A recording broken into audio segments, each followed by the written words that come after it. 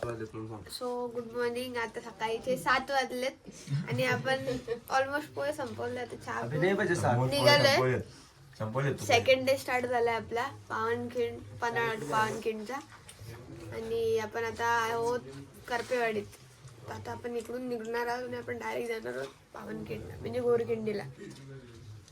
आणि रूट कसा आहे म्हणतात दादा? मला पहिले खाऊ दे नंतर सांगतो रूट. ते खाणं पिणं जरा चालू आहे.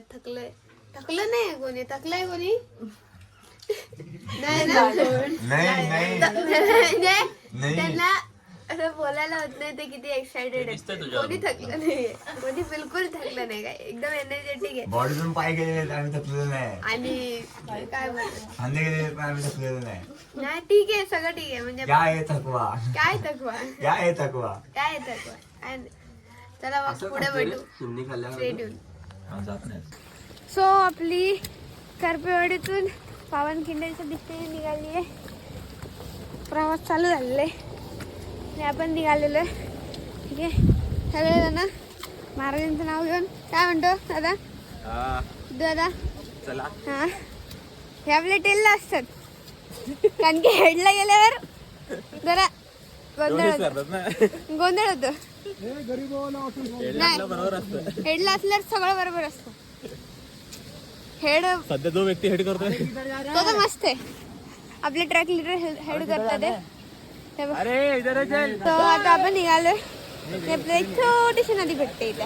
हे बघा, काय करूया, प्रवास चालू करूया. आपण आता थेट भेटूया मध्ये. काय होतं ते बघू आता. एक्साइटिंग पुढे जाऊन.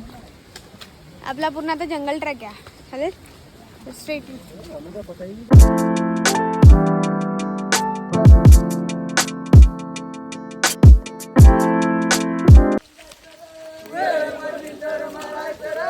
आपल्यासोबत मंडळी आहेत मागे ट्रॅकिंग करून. त्यावेळेस चांगले आपले शिवभजन वगैरे गात चालले.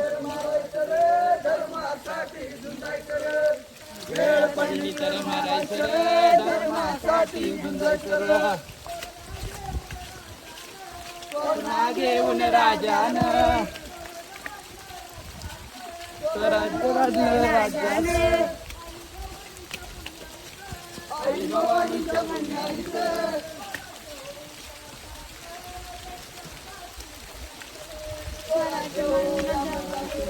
देशासाठी लढायचं रे, देशासाठी जगायचं. हो गाईस, अशा प्रकारे आपण गीत गाण्यात चाललेलो आहोत. शिवभक्ती गीत पावनखिंडच्या रस्त्याने. आणि चालत राहू, अजून पुढे अपडेट देत राहू काय होतं काय नाही. या जंगलात पूर्ण गोर जंगल आहे. सो स्टेटिंग. हॅलो, आपण थोडंच पोचायला आलं आहे. थोडाच ट्रॅक बाकी आहे. एका 2 तासाचा बाकी आहे. 2-2.5 तास जास्तीत जास्त. आणि आपण पावनखिंडला पोचू. सो आता आपण मध्यम जागेवर आलो आहे. तिथे हे झाडं वगैरे आहेत. थोडं जंगल, पूर्ण म्हणजे जंगलच आहे. रस्ता पूर्ण जंगलच आहे. तर आपल्याला आता हे वॉटरफॉल, छोटे छोटे वॉटरफॉल वगैरे लागतात आपल्याला रस्त्याला. सो हा जो थांबा 2 मिनटं. हे बघा, पूर्ण जंगल आहे.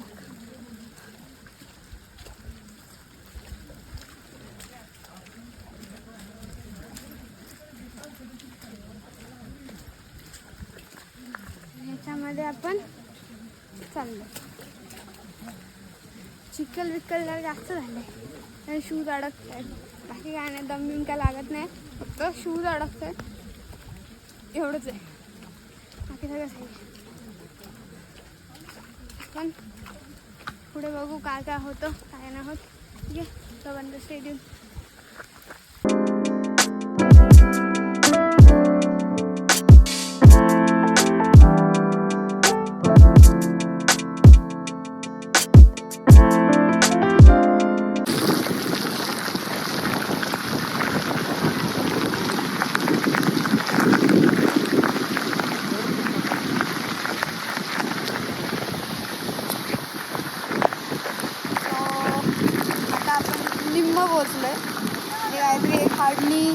अर्धा तासाचा ट्रॅक बाकी आहे आपला. तर आपण आता पांढरा बांधाला पोहोचतोय. पांढरा बांधा तिकडे आपण समाधीकडे जाणार आहोत. बाजी प्रभूंच्या समाधीपर्यंत जाणार आहोत आपण. तिकडे आपला ट्रॅक. आपण आता निम्मा पोहोचलो. आता हार्डली अर्धा तास आहे. चला स्टार्ट करूया आपण ते. सो आपण ऑलमोस्ट पोहोचलेलो आहे इथे.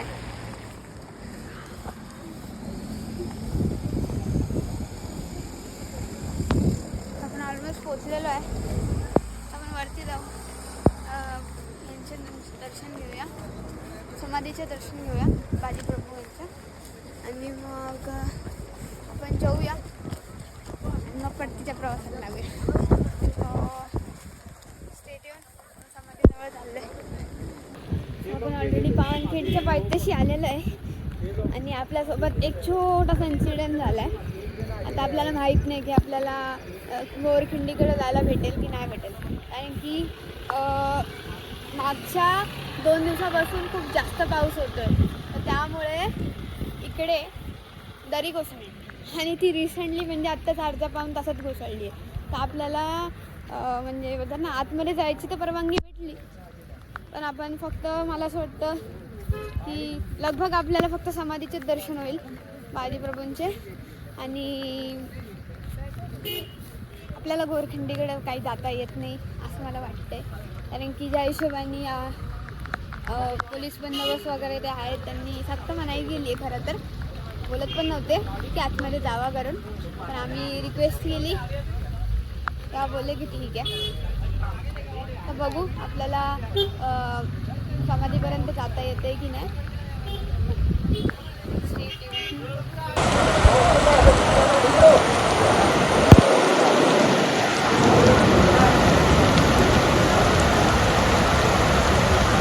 आपण आता समाधीकडे आहोत.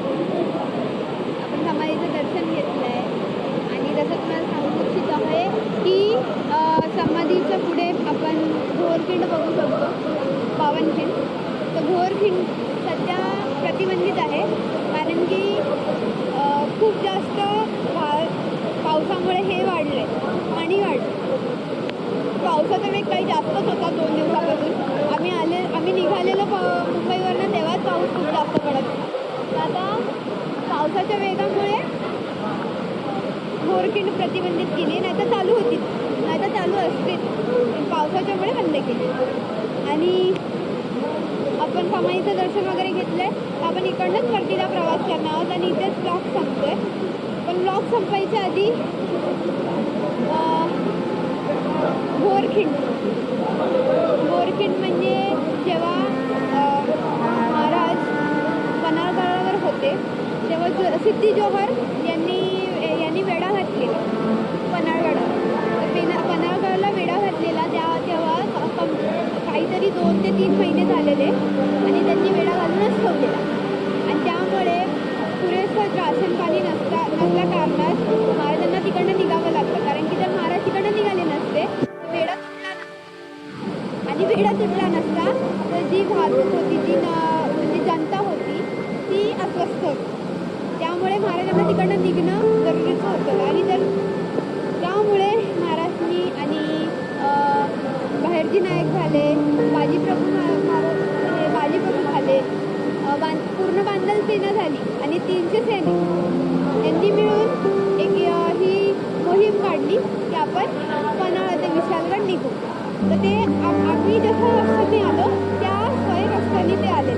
त्या टायमाला जेव्हा रस्ता पण खराब होता, रस्ता नव्हताच, दरी होती, पूर्ण जंगल एरिया होता, तर आले.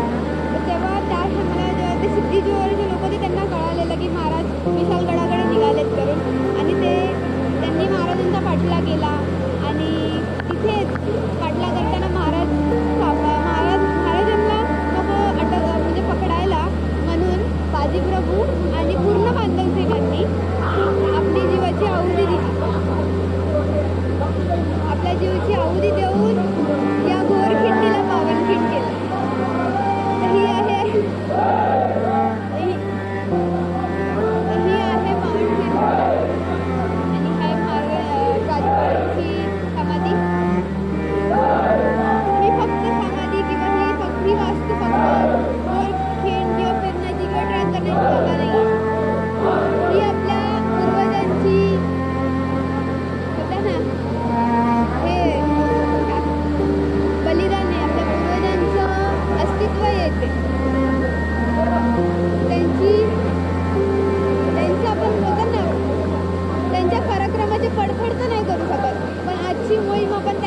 देवासाठी देऊचं फक्त त्यांच्या याला बलिदानासाठी आपण हे करतो आजची म्हणून.